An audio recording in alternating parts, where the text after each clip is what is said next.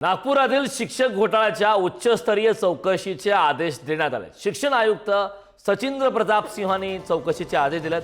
शिक्षण संचालक डॉक्टर महेश पालकर यांच्या नेतृत्वातील पथक हे चौकशी करणार आहे। बनावट कागदपत्रांच्या आधारे 580 बोगस शिक्षकांची भरती करण्यात आली होती।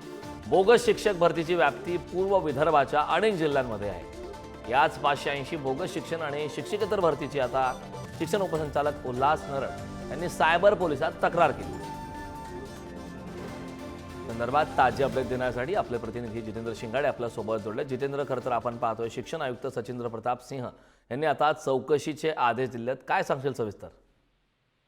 नक्कीच कारण शिक्षक भरती घोटाळा जेव्हापासून उघडकीस आलेला आहे तेव्हापासून जोरदार चर्चेत आहे आणि एक जे प्रकरण आहेत ते समोर येत आहेत। तर केवळ नागपूर जिल्ह्यात नाही तर नागपूर शिक्षण विभागातील जे 5ही जिल्हे आहेत ज्यामध्ये गडचिरोली, चंद्रपूर, भंडारा, गोंदिया आणि वर्धा येथेही अनेक प्रकारचे गैरप्रकार झाल्याचे समोर येऊन राहिलेले आहे आणि त्या अनुषंगाने आता या पूर्ण घोटाळ्याचे आणि या प्रकरणाचे चौकशीचे आदेश आता उच्चस्तरीय चौकशीचे आदेश देण्यात आलेले आहेत। शिक्षण आयुक्त सचिंद्र प्रताप सिंह यांनी हे दिलेले आहेत आणि शिक्षण विभागाचे संचालक आहेत डॉक्टर महेश पालकर यांच्या नेतृत्वात आता ही चौकशी करणार आहे आणि त्या अनुषंगाने त्यांनी राज्यभरातील जिथे कुठे असे वादग्रस्त प्रकरण आहेत तेथील शिक्षण अधिकाऱ्यांना आपली कागदपत्र घेऊन आणि जे काही त्यांच्याकडे प्रूफ आहेत ते घेऊन पुण्याला बोलवण्यात आलेलं आहे आणि त्यानंतर या पडताळणीनंतर कुठल्या शिक्षकाची किंवा शिक्षकेतर कर्मचाऱ्याची नियुक्ती करण्यात आलेली आहे हे उघडकीस येणार आहे। त्यामुळे आता या उच्चस्तरीय चौकशीकडे सर्वांचं लक्ष लागलेलं आहे की नेमकं या प्रकरणात आणि